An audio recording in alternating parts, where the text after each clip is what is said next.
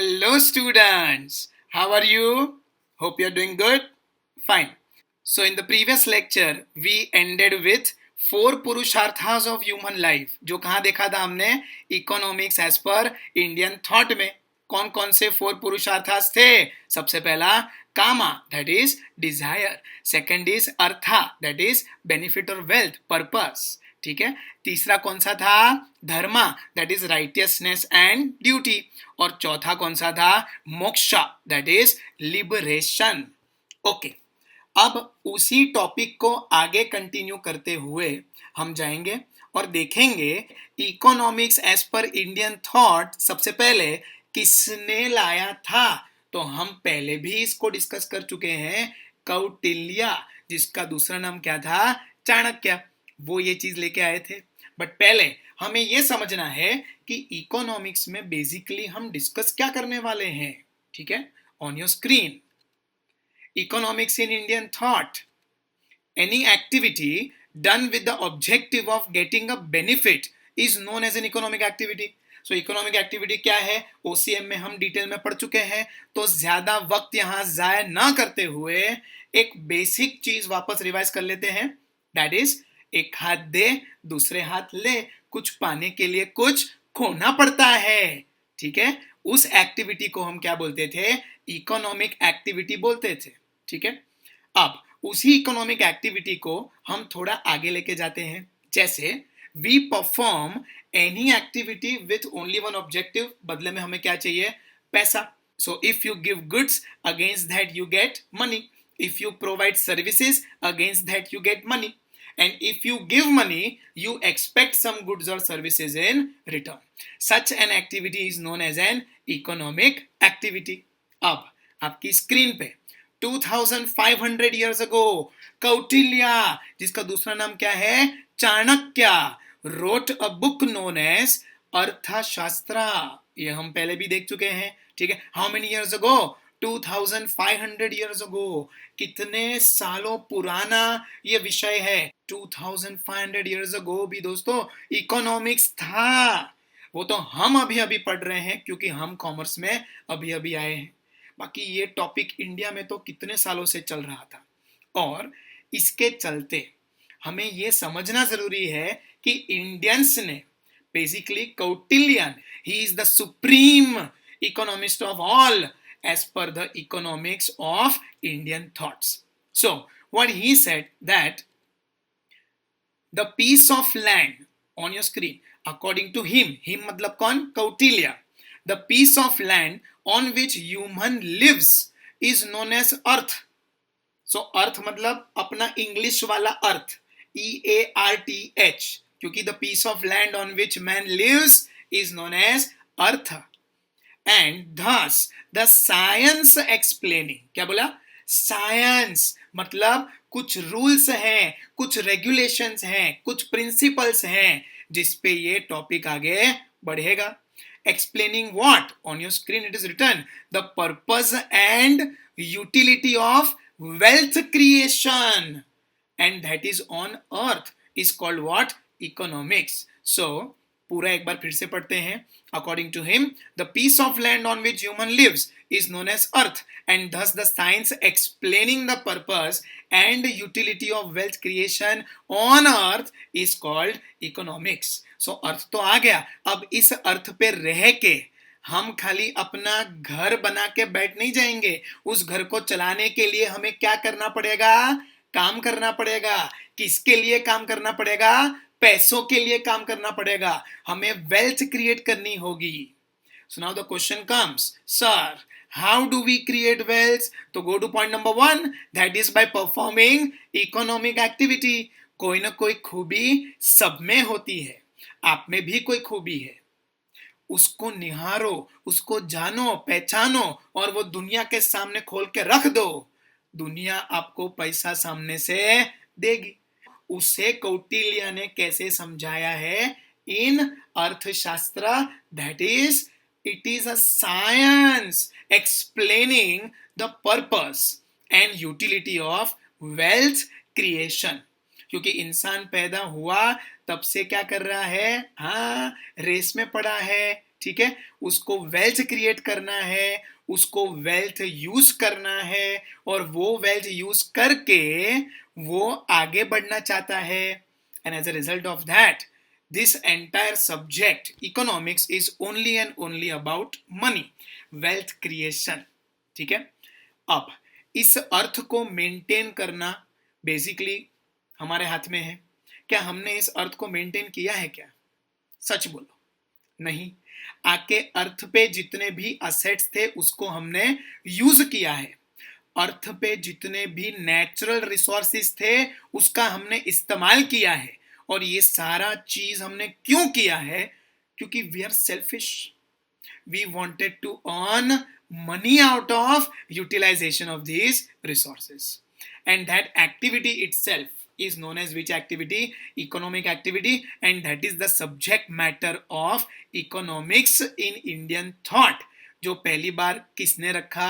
कौटिल्य ने रखा हम सबके सामने. ठीक है, आगे बढ़ते हैं. Economics as a science in the West. So what do you mean by West?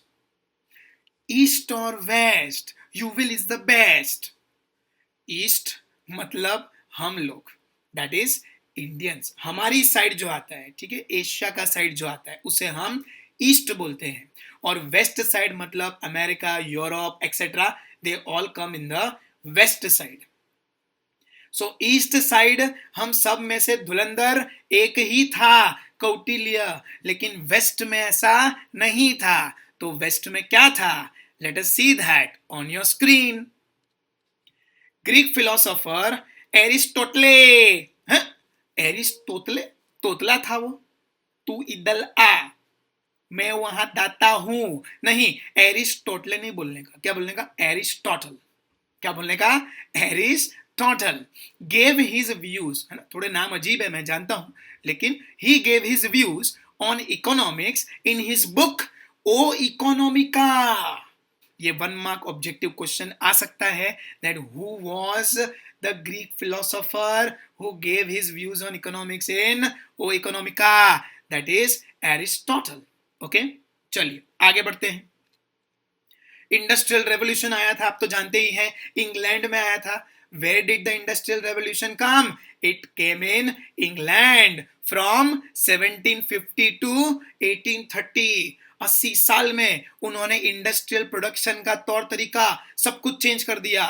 Rapid changes started taking place. आपके सामने स्क्रीन पे पिक्चर आया. क्या है वो? मेथड्स चेंज हो रही हैं, टेक्नोलॉजी चेंज हो रही थी. और ये सब कब का था? इंडस्ट्रियल रेवोल्यूशन का. उसने 2 चीजों को जन्म दिया. ठीक है, कौन कौन से? Division of labour and along with that specialisation.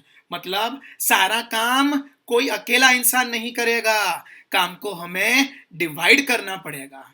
तो डिवीजन करते समय आप पूछेंगे ना कि कौन सा काम कौन करेगा? Who will do which work? Then the answer is that person who is specialized in doing A job will do job A. That person who is specialized in doing B job will do B job only. Which means on your screen you can see कि पहला व्यक्ति जो है, ठीक है, लड़की है मेरे हिसाब से, ठीक है, वो किसमें एक्सपर्ट है? फ्रेमिंग करने में एक्सपर्ट है. वैसे भी औरतें चीजों को फ्रेम करने में एक्सपर्ट होती हैं. ठीक है, फिर साइडिंग का एक्टिविटी है, वो कौन करेगा? एक अंकल आपको दिख रहे हैं चश्मे पहने हुए मुच्छड़ से. ठीक है, वो क्या करेंगे? साइडिंग एक्टिविटी करेंगे. Then again another person comes, he will do painting, he और शी जो भी है. इंस्पेक्शन एक और एक्टिविटी है, वो चौथी व्यक्ति करेगी. शिपिंग 5वीं व्यक्ति करेगी. तो क्या कर लिया हमने? लोगों में काम बांटा, डिवीजन ऑफ लेबर हुआ. और डिवीजन ऑफ लेबर अकेला नहीं था, उसके साथ हमने स्पेशलाइजेशन पे भी फोकस करना शुरू किया. जो आप हर जगह देखेंगे, हर सब्जेक्ट के एक्सपर्ट्स होंगे हर कोचिंग क्लास में, तो वो वही सब्जेक्ट पढ़ाएंगे, क्योंकि अकेला इंसान हर जगह पहुंच नहीं पाता. ठीक है, चलिए आगे बढ़ते हैं. फिलॉसफी. सो पहले इकोनॉमिक्स क्या था? एक फिलॉसफी था. जैसे बहुत सालों पहले एक फिलॉसफी थी कि दुनिया स्क्वायर है, स्ट्रेट है. ये तो दूर से हमने देखा तो मालूम पड़ा कि दुनिया क्या है, गोल है। अपनी फिलॉसफी को हमने गलत साबित किया। फिलॉसफी मतलब एक मान्यता कि ऐसा है, without any proof, without any logic. हमको अच्छा एक्सपीरियंस हुआ तो हम उस फिलॉसफी में मानना शुरू कर दिए, लेकिन हर बार ऐसा हो जरूरी नहीं है। सो फिलॉसफी को हर बार गलत साबित कौन करता है? Specialise sciences. Sciences will ask you logic, ऐसा क्यों?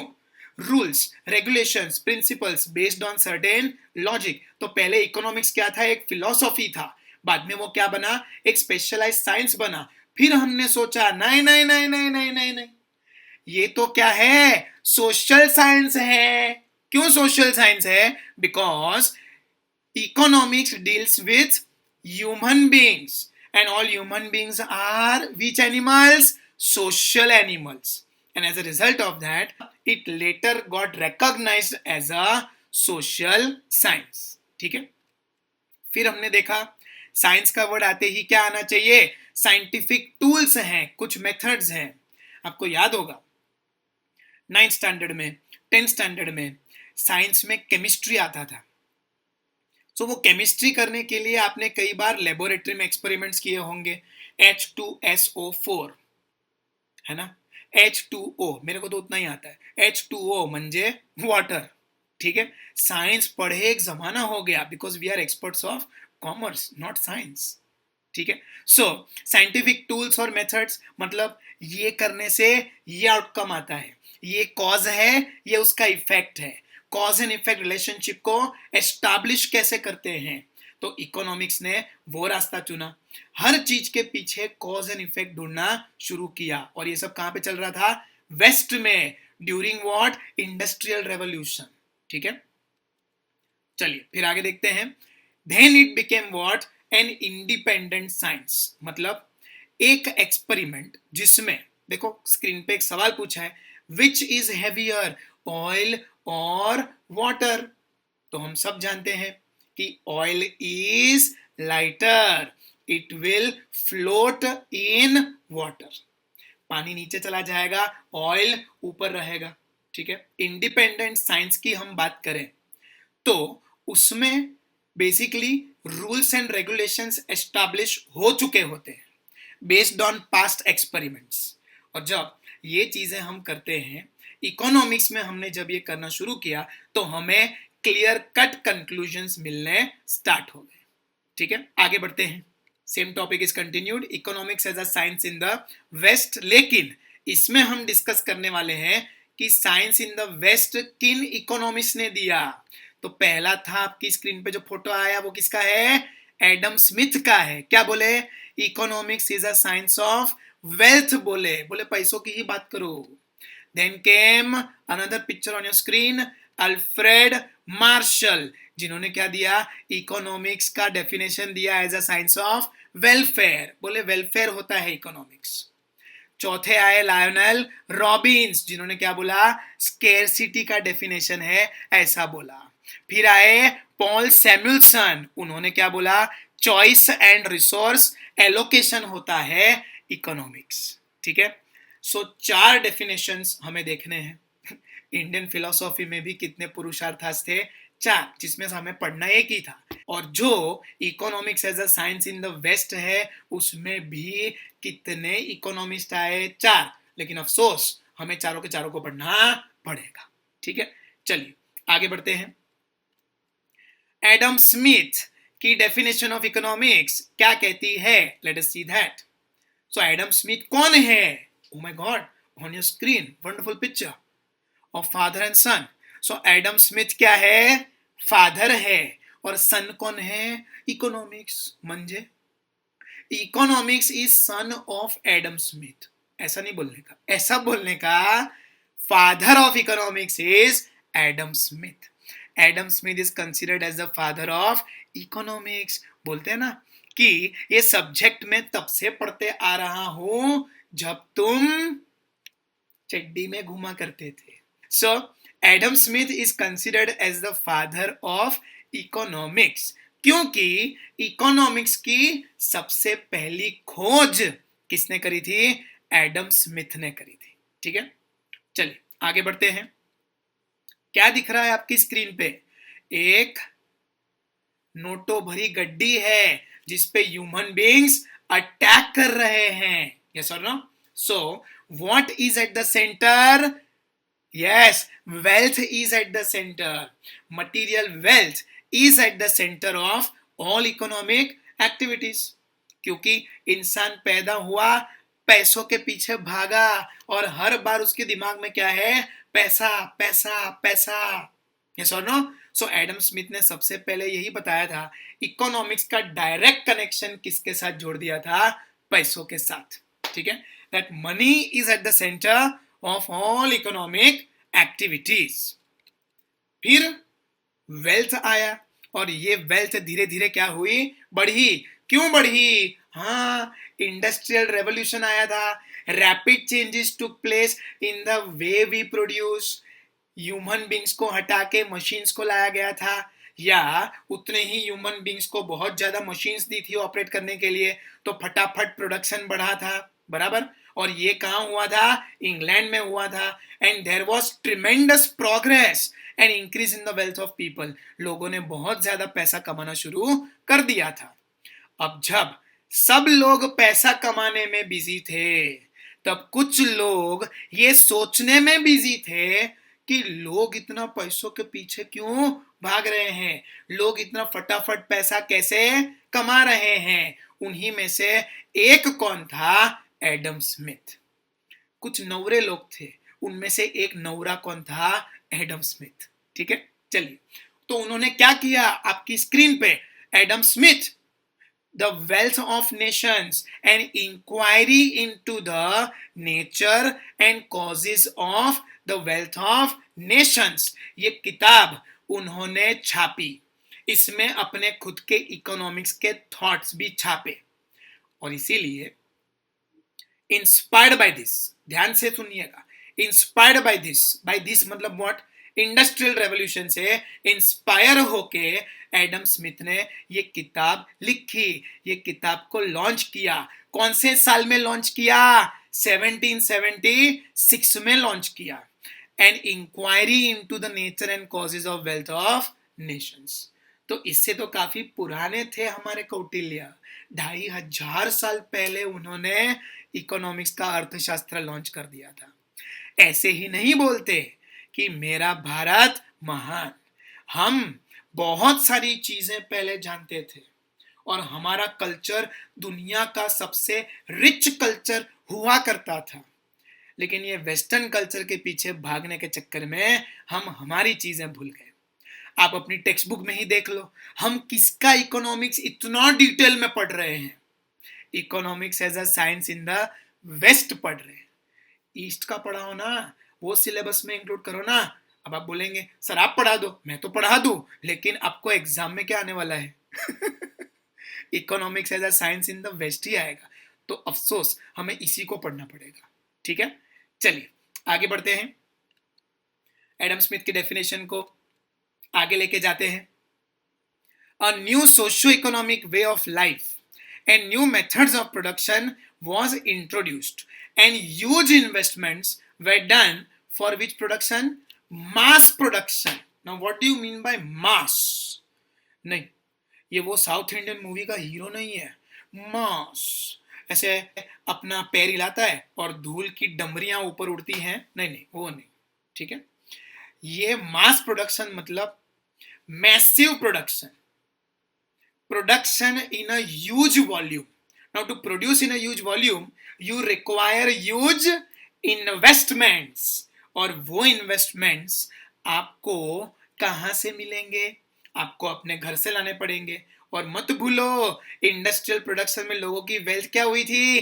क्रिएट हुई थी, ऐड हुई थी, जिस कारण से बहुत सारा पैसा अंदर लाना था तो भी लोगों को कोई दिक्कत नहीं थी, क्योंकि वो जानते थे पैसा ही पैसे को खींचेगा।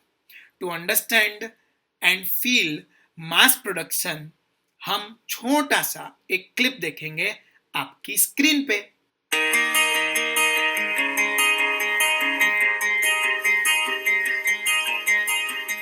सब कुछ मशीनों से हो रहा है।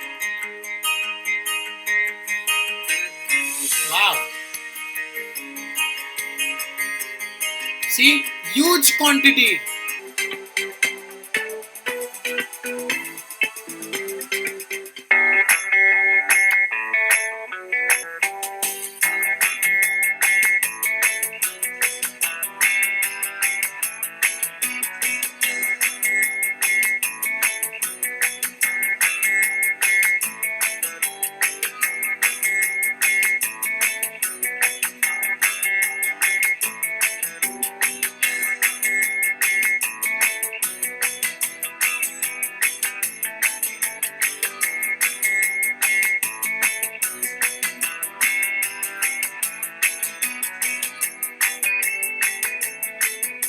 Everything is automatic. You are seeing that? जो वेस्ट बॉटल थी बाहर निकली.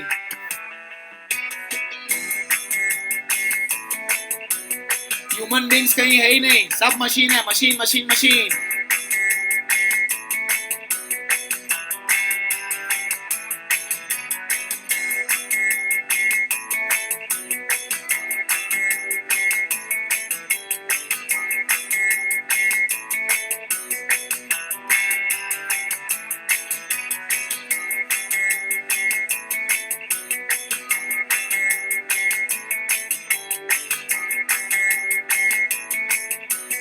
Final packing.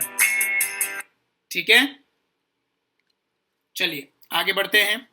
This economics is related only and only to material wealth. तो एडम स्मिथ का जो इकोनॉमिक्स है वो खाली किसके बारे में बोलता है? मटीरियल वेल्थ के बारे में बोलता है. पैसों को जरूरत से ज्यादा इंपॉर्टेंस एडम स्मिथ ने दे दी है. शायद उसको ये गाना बहुत पसंद आ गया और ये उसने अपने जीवन में उतार लिया. कौन सा गाना? आपकी स्क्रीन पे.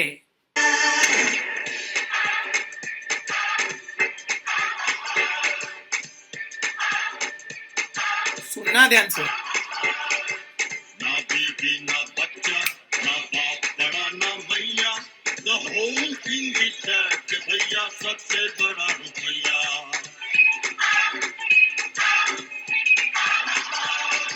वो किया जिसने पैदा वो ईश्वर है ना भैया, the whole thing is that कि भैया सबसे बड़ा रुपया. ना बीवी ना बच्चा ना बाप बड़ा ना भैया, the whole thing is that कि भैया सबसे बड़ा रुपया. सबसे बड़ा रुपया, सबसे बड़ा रुपया. रुपया के अलावा भैया और कोई चीज का इंपॉर्टेंस नहीं है. ऐसा मैं नहीं बोल रहा. ऐसा कौन बोल रहा है? एडम स्मिथ बोल रहे हैं. ठीक है, चलिए आगे बढ़ते हैं. In economics principle of production, distribution, exchange and consumption are given. अब ये 4 एक्टिविटीज को पढ़ना बहुत ही जरूरी है. चलिए पहला डिस्कस करते हैं प्रोडक्शन का. तो हमने अभी देखा पेप्सी वाले वीडियो में क्या प्रोडक्शन हो रहा था. उसमें एक प्रोडक्ट मैन्युफैक्चर हो रहा था. रॉ मटेरियल से हम उसको किस में कन्वर्ट कर रहे थे? फिनिश्ड गुड्स में कन्वर्ट कर रहे थे. ठीक है, so production activity takes place first. Production करने के बाद ये गुड्स जिसका मैंने कौन सा प्रोडक्शन किया? मास प्रोडक्शन किया. उसको मुझे बेचने के लिए पहले क्या करना पड़ेगा? हर उस जगह पहुंचना पड़ेगा. Which means I have to distribute it. मुझे उसका प्रॉपर क्या करना चाहिए? डिस्ट्रीब्यूशन करना पड़ेगा. अब डिस्ट्रीब्यूशन के लिए आपकी स्क्रीन पे एक और फोटो आएगा. मैन्युफैक्चरिंग हुआ फैक्ट्री में, फैक्ट्री से गया वो वेयरहाउस में, वेयरहाउस से गया वो शॉप में, और शॉप में कौन पहुंचा? आप और मैं पहुंचे. काहे के लिए? एक्सचेंज करने के लिए. एक हाथ दे दूसरे हाथ ले. और एक्सचेंज करने के बाद वो प्रोडक्ट जब हमें रिसीव हुआ, we went home and we went for consumption of that product. So that's the chain. पहले गुड्स प्रोड्यूस होंगे, फिर उसका डिस्ट्रीब्यूशन होगा, फिर उसका एक्सचेंज होगा, और बाद में उसको कंज्यूमर क्या करेगा? कंज्यूम करेगा. कंज्यूमर क्या करता है? कंज्यूम ही तो करता है. ठीक है, चलिए आगे बढ़ते हैं. Limitations of Adam Smith. अब ये इकोनॉमिक्स में आप हर बार देखेंगे, ठीक है, कि एक इकोनॉमिस्ट आया, उसने बोला कि इकोनॉमिक्स ये है. दूसरा इकोनॉमिस्ट आएगा और बोलेगा नहीं, इकोनॉमिक्स ये नहीं है, इकोनॉमिक्स वो है। फिर तीसरा आके बोलेगा ये भी नहीं है, वो भी नहीं है, वो फलाना है। चौथा आके बोलेगा ये भी नहीं, वो भी नहीं, फलाना भी नहीं, वो तो हाँ ढिमका है। ठीक है, so it's a routine disease that all economist are having, and that is what we are seeing over here. कि एडम स्मिथ ने बोला कि इकोनॉमिक्स वेल्थ है, लेकिन उसके पीछे जो इकोनॉमिस्ट आए उन्होंने क्या निकाले, उसमें नुक्स निकाले, दैट इज लिमिटेशंस बताए। तो चलिए देखते हैं वो लिमिटेशंस क्या है। सबसे पहला, Adam Smith had considered only material property as wealth. So what do you mean by material property? Yes, हम सबको एक बहुत बढ़िया फोन चाहिए। आप में से कई लोग अभी उस ही फोन का इस्तेमाल कर रहे हैं to educate yourself at this moment. Then bungalow चाहिए, एक अच्छा घर होना चाहिए, घर के बाहर एक अच्छी गाड़ी होनी चाहिए, सोना जवेरात होने चाहिए, अच्छे कपड़े होने चाहिए। यस और no? All these things you can buy through money, yes, and that is your material property. आप इसी के पीछे तो भाग रहे हैं, सब लोग भाग रहे हैं। सो एडम स्मिथ ने खाली इन्हीं चीज को कंसीडर किया। तो अब उसने कौन सी चीज को कंसीडर नहीं किया वो भी देखना पड़ेगा इसके साथ। Yes, so that is he ignored the wealth like, मतलब वेल्थ नहीं है लेकिन वेल्थ लाइक, वेल्थ जैसे क्या स्किल्स हैं, किसी का एजुकेशन है which helps to create wealth, आपने उसको इग्नोर किया। सो हर बार आपने ये बोला मटेरियल प्रॉपर्टी, मटेरियल प्रॉपर्टी, लेकिन वो प्रॉपर्टी लाने के लिए आप में कौन से स्किल्स होने चाहिए आपने उसके बारे में कुछ नहीं बताया, आपने उन स्किल्स को इग्नोर किया। सो लेट अस सी कि ये स्किल्स कौन से प्रकार के होते हैं, क्या होते हैं। Hard skills and soft skills दोनों ही एक ह्यूमन बीइंग में होने चाहिए। अब इनमें डिफरेंस क्या है? हार्ड स्किल्स मतलब क्या?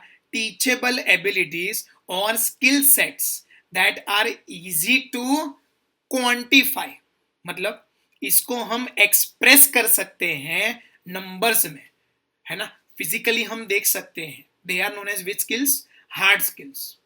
और दूसरे होते हैं सॉफ्ट स्किल्स जो हमें खाली महसूस होते हैं। Late us see the difference. पहला पॉइंट आपकी स्क्रीन पे दिख रहा है, proficiency in a foreign language. आप कोई फॉरेन लैंग्वेज सीख सकते हैं, जर्मनी, जापानीज, चाइनीज, यस और नो, और उस लैंग्वेज में आपकी एक एक्सपर्टीज हासिल हो सकती है, उसका एक सर्टिफिकेट भी आपको मिल सकता है that you know these many languages. आप में से सभी लोग ज्यादा से ज्यादा 5 लैंग्वेज को जानते होंगे, ठीक है, कुछ ज्यादा ही बोल दिए। आप में से कई लोग ऐसे भी होंगे 3 लैंग्वेजेस जानते हैं, basic language, English, Gujarati and Hindi. Gujarati इसीलिए क्योंकि आप गुजरात में हैं या आपकी मदर टंग गुजराती है, हिंदी इसीलिए क्योंकि आप इंडिया में हैं, और इंग्लिश तो आना चाहिए क्योंकि it's an international language, so you know it. Proficiency in foreign language, ठीक है, लैंग्वेज आती है, लेकिन उससे भी ज्यादा इंपॉर्टेंट क्या है?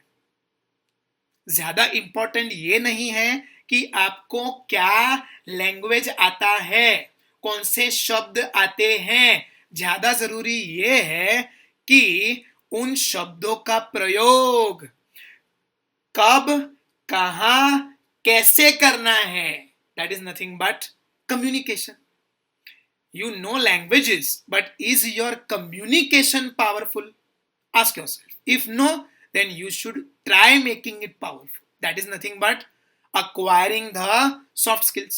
ठीक है, ये स्किल्स हैं, आप में आने चाहिए। अच्छा बोलने वाले लोग वेल्थ जनरेट करते हैं, और इसी स्किल को किसने इग्नोर कर दिया?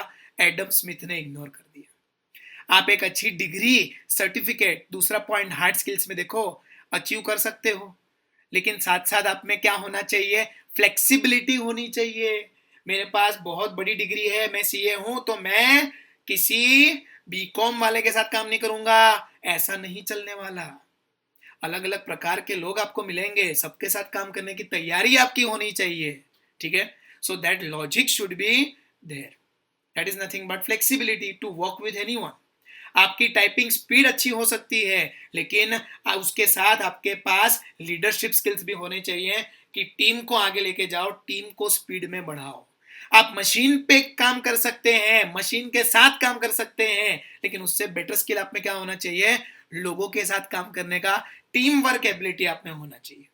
आप कंप्यूटर प्रोग्रामिंग कर सकते हो, कंप्यूटर को प्रोग्राम कर सकते हो, लेकिन टाइम मैनेजमेंट, अपना प्रोग्राम चेंज नहीं कर सकते हो. So all these are different types of skills which a human being must have. नहीं है तो उसको अक्वायर किया जा सकता है, डोंट वरी, उससे भी वेल्थ आती है. और ये सारे स्किल्स को एडम स्मिथ ने इग्नोर किया. उसने खाली और खाली प्रॉपर्टी, मनी, वेल्थ, बंगलो, गाड़ी, कपड़े, उसी पे ध्यान दिया. तो सीधी सी बात है, उसको गालियां पड़ेंगी, मीन्स लिमिटेशंस. चलिए आगे बढ़ते हैं. Adam Smith has considered human as a selfish economic being, but as a matter of fact, human does many activities such as social, religious and spiritual. Yes or no? So, इंसान खाली हमेशा पैसों के लिए भागता है, ऐसा एडम स्मिथ ने बोला. कोई उस पैसे पे नजर मारता है तो उसको बहुत गुस्सा आ जाता है, फ्रस्ट्रेट हो जाता है, ऐसा एडम स्मिथ ने बोला. लेकिन हर बार ऐसा नहीं होता, हर इंसान वैसा नहीं होता. और इसीलिए economic activity is not the only activity that human beings do. We do social, we do religious, we do spiritual activities, है ना. मोक्षा में हमने देखा है, वो अलग बात है कि सोशल और religious activities are because of money. और लेक्चर 1 में हमने साबित किया था इस बात को, उस बात का कोई मैं मना नहीं कर रहा हूं. लेकिन कई लोग सोशल एक्टिविटीज जैसे कि डोनेशन वगैरह भी प्रोवाइड करते हैं, नॉन इकोनॉमिक एक्टिविटी भी परफॉर्म करते हैं. रिलीजियस एक्टिविटी में खाली पूजा पाठ करके आ जाते हैं, वहां दान दक्षिणा देते नहीं है, और दिया तो भी वो कौन सी एक्टिविटी में आ जाएगा? सोशल में आ जाएगा. हमारे लिए तो वो मंदिर वालों के लिए इकोनॉमिक एक्टिविटी हो सकता है इनडायरेक्टली, बट हम सबके लिए वो एक रिलीजियस एक्टिविटी है. स्पिरिचुअल एक्टिविटी, साधु, है ना, पूरा संसार छोड़ के बैठ जाना, दैट इज मोक्षा, कई लोग करते हैं. So if we know this that human being is not performing only economic activity, खाली पैसों के पीछे वो नहीं भाग रहा है, दूसरी एक्टिविटीज भी कर रहा है, तो आपने ऐसा कैसे बोल दिया कि all human beings are selfish human beings, they all run for money? ऐसा थोड़ी होता है. ठीक है, चलिए आगे बढ़ते हैं. Wealth is the means and not an and. इसका क्या मतलब है? वेल्थ एक रास्ता है, यस और नो, मंजिल कोई और ही है. सो wealth is the means, it is not the end. And देखो वो पेड़ है, तो दैट पेड़, that tree is representing what? Yes, happiness. Ultimately हम सब खुश रहना चाहते हैं, और वो खुशी के बारे में, ठीक है, खुशी मतलब हाँ, तुम नहीं, कई एडमिशन आए हैं खुशी के नाम से भी, तो वो आपकी बात नहीं कर रहे, ठीक है, वो किसकी बात कर रहे हैं? हैप्पीनेस की बात कर रहे हैं. क्योंकि ultimately we acquire money for the purpose of spending it and we get something through which we should get what? Happiness. भाई लाइफ का मजा आना चाहिए, वो मजे के बारे में इन्होंने डिस्कस किया नहीं, खाली क्या बताया? वेल्थ. रास्ता ये है, रास्ता ये है, लेकिन जाएगा किधर? ये इन्होंने नहीं बोला. वो किसके लिए छोड़ दिया? दूसरे इकोनॉमिस्ट के लिए छोड़ दिया. तो वो दूसरे इकोनॉमिस्ट ने किस पे ध्यान दिया? हैप्पीनेस पे ध्यान दिया. दूसरे इकोनॉमिस्ट कौन है अपने? Alfred Marshall. ठीक है, चलिए, तो अल्फ्रेड मार्शल ने क्या बोला? Late us see that. In his book Principles of Economics, published in 1890, Marshall said, अब देखा आपने गैप का डिफरेंस देखा? एडम स्मिथ ने कब बनाया था? 1776, बराबर, और ये कब आए? 1890 में, मतलब लगभग 114 ईयर्स के बाद इन्होंने अपनी किताब छापी. ठीक है, and said economics is the study of human beings ordinary business of life. मतलब एक इंसान अपनी ऑर्डिनरी बिजनेस लाइफ में, अपनी ऑर्डिनरी लाइफ में क्या करता है? कई बार हमने सुना है माइंड योर ओन बिजनेस. हाँ, तो we are minding our own business only. तो उसके लिए हम क्या करते हैं, क्या करते आए हैं, उस पे हमें जाना है, ठीक है। He expressed what do people usually do to get material welfare. Life में मजे के लिए, थ्रिल के लिए लोग क्या क्या करते हैं उसके बारे में इसने सोचना शुरू कर दिया। Now there are different types of people. कुछ बहुत ही रखड़ू इंसान होते हैं, मतलब इन्हें एक जगह से दूसरी जगह जाना है, भागना है, लाइफ में कुछ अचीव करना है। और कुछ होमली पीपल होते हैं, घर उनके लिए स्वर्ग के समान है, उनका बस चले तो वो घर के बाहर निकलेंगे ही नहीं। फिलहाल आप लोग ने वो जिंदगी जी ली तो मालूम होगा ही, ठीक है, कि घर पे रहना कैसा होता है। कई के लिए अच्छा एक्सपीरियंस होगा, कई के लिए बुरा एक्सपीरियंस होगा, ठीक है। सो ऐसे दो अलग अलग प्रकार के लोग होते हैं जिनके बीच में अभी कुछ बातें होंगी, ऐसे ही दो लोग के बीच में, ठीक है। तो उसको सुनते हैं और वापस इस पे आते हैं, ठीक है, आपकी स्क्रीन पे। वेनिस,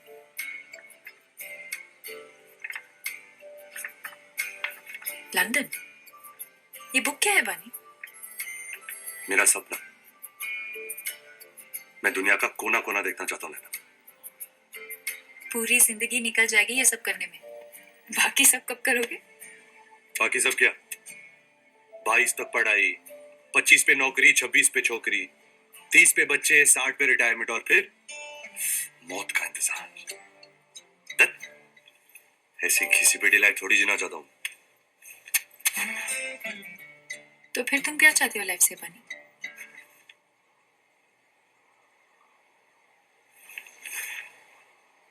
रफ्तार,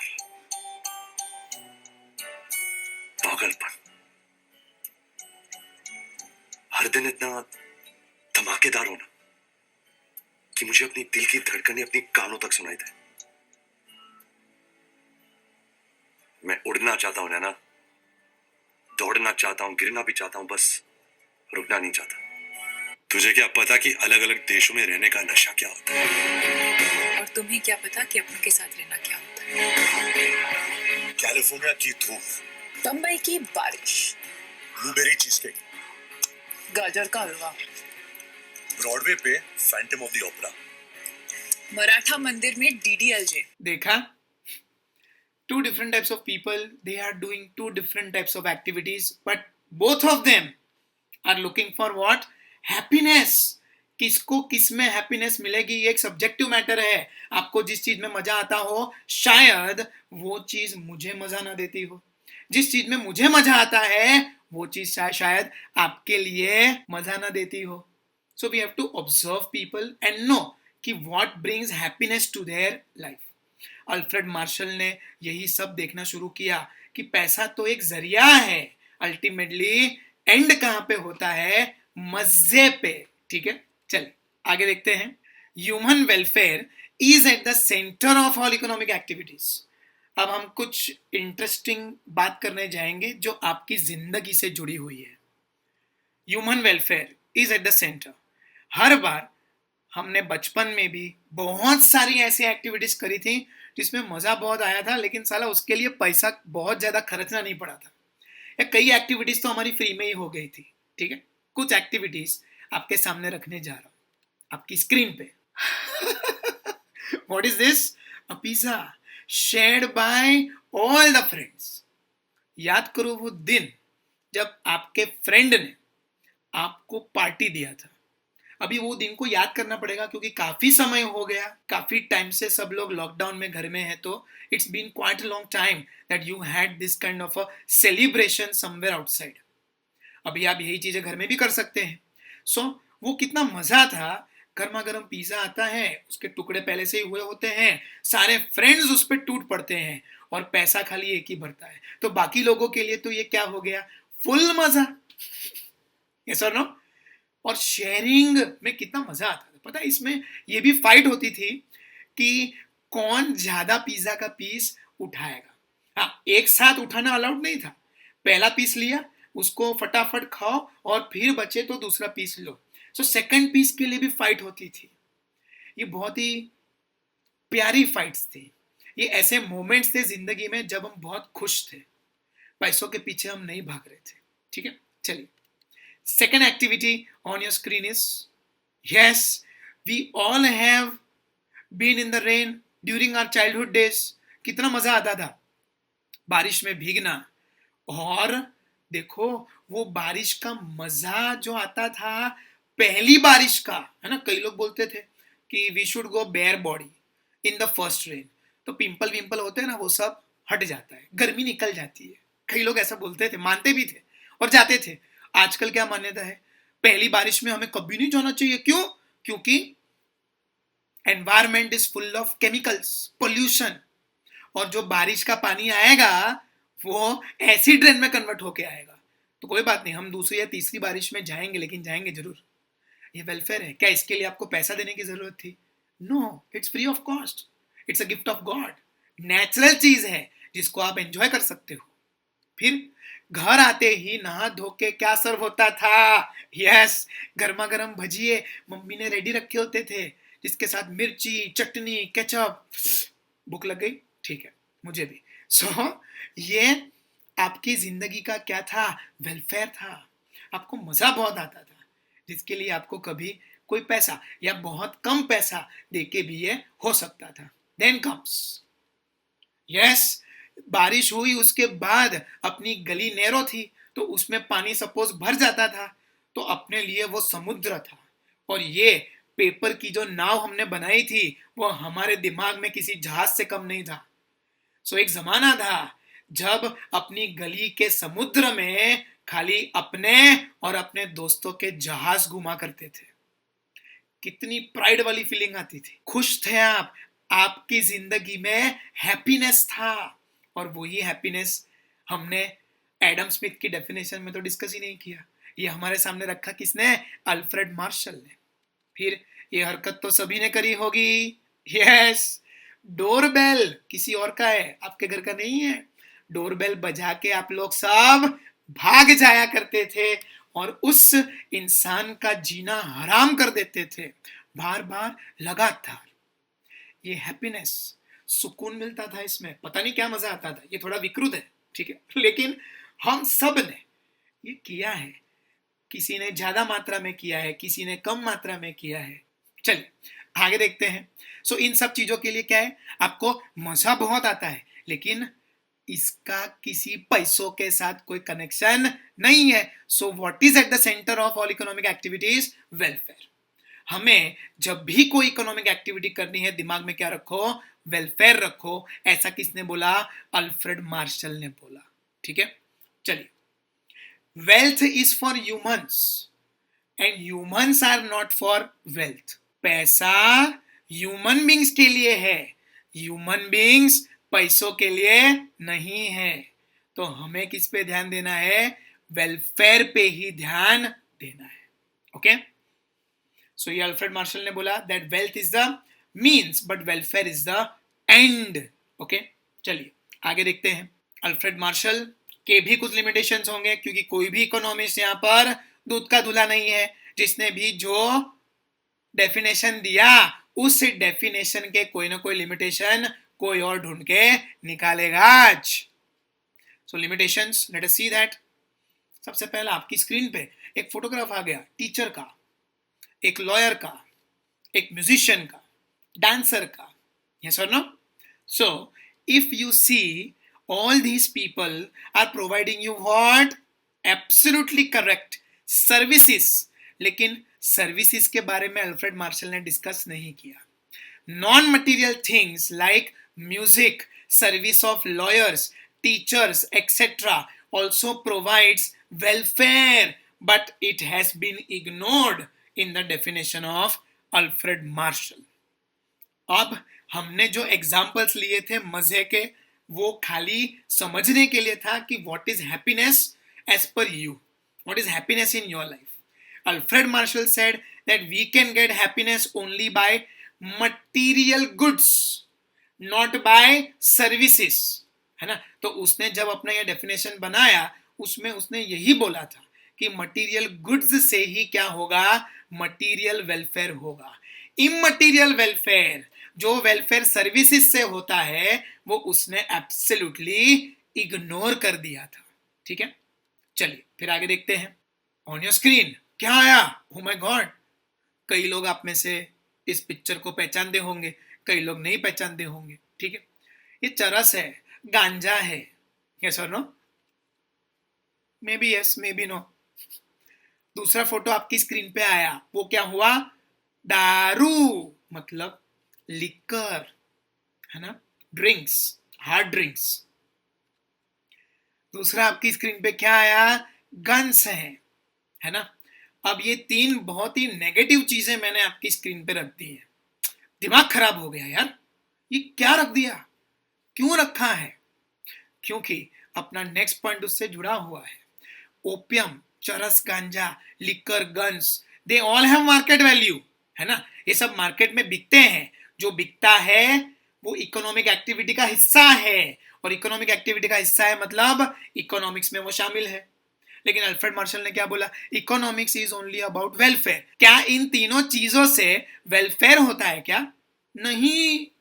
आप देखो, सिगरेट भी मार्केट में बिकती है, लेकिन उससे क्या होता है? मुकेश के साथ क्या हो गया था? यह है मुकेश की कहानी। मुकेश केवल 25 साल का है, धूम्रपान करता था, उसको कर्क रोग है। फिर देखा होगा ना एडवर्टीजमेंट में, एक आम धूम्रपान करने वाले के फेफड़ों को अगर आप निचोड़ के देखेंगे तो इतनी मात्रा में टार मिलेगा, इतना टार आपको बीमार, बहुत बीमार बनाने के लिए काफी है। But these all products are being sold in the market. They are a part of economic activity. तो इकोनॉमिक्स में भी ये शामिल होंगे, लेकिन क्या ये चीजें वेलफेयर करती हैं? नहीं। सो अल्फ्रेड मार्शल के हिसाब से economics is a science of welfare गलत हो गया ना, क्योंकि economics also includes those products which are doing diswelfare of a human being. ठीक है, चलिए आगे बढ़ते हैं। Oh my god, on your screen there are two types of people in the Indian society, male and female. There is a third type also, but they are not a part of society. Gender is divided into two parts, male and female. Male gender, female gender. ये क्या है? Transgender है। मतलब ये क्या है, ये इसी को नहीं मालूम है। क्या इनकी समाज में हम इंक्लूजन करते हैं ओपनली इन इंडिया? नो। फिर साधु बाबा लोग, अघोरी बाबा, गिर फॉरेस्ट है ना, उसमें आपको भर भर के देखने को मिलेंगे। कभी जाना, उसमें पहाड़ भी है, तो जितने भी ये पहाड़ है, घने जंगल है, इसमें ये अघोरी बाबा जाके छुप जाते हैं, और इनकी एक पर्टिकुलर सीजन होती है जब ये बाहर निकलते हैं। ये भी समझ के बाहर है।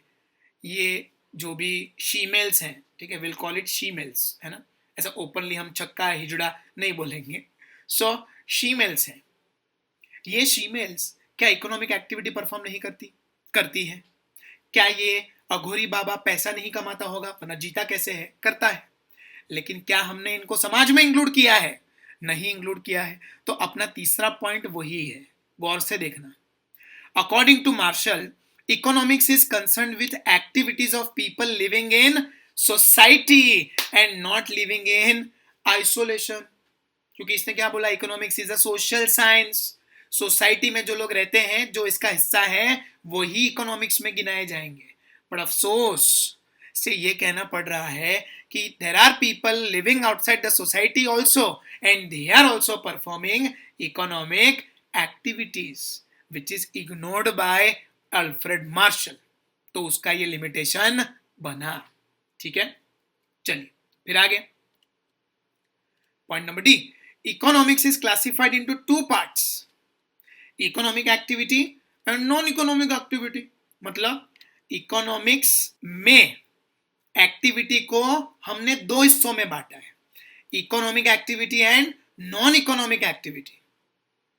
Economic and non economic. अब मेरे को एक बात बताओ, इकोनॉमिक्स में हम क्या पढ़ेंगे? इकोनॉमिक एक्टिविटी पढ़नी है ना, नॉन इकोनॉमिक पे तो हमें ध्यान देना ही नहीं है। जिस रास्ते हमें जाना ही नहीं, वहां देखना भी नहीं चाहिए। तो ऐसा क्लासिफिकेशन जो अल्फ्रेड मार्शल ने दिया है ना, कि economics is classified into two parts, और इन economics activities classified into two parts, economic and non economic, ये बताने की जरूरत ही नहीं थी. Such classification is absolutely what? Yes, useless. ये नहीं बताया होता तो भी चल जाता. ओके, सो ये हो गए अपने दो डेफिनेशन हुए, एडम स्मिथ, अल्फ्रेड मार्शल, और उन दोनों के लिमिटेशंस भी हो गए. अब दूसरे दो बचे, Lionel Robins and Paul Samuelson, जो हम नेक्स्ट लेक्चर में देखेंगे. तो बस फिर आज के लिए इतना ही. Okay, bye.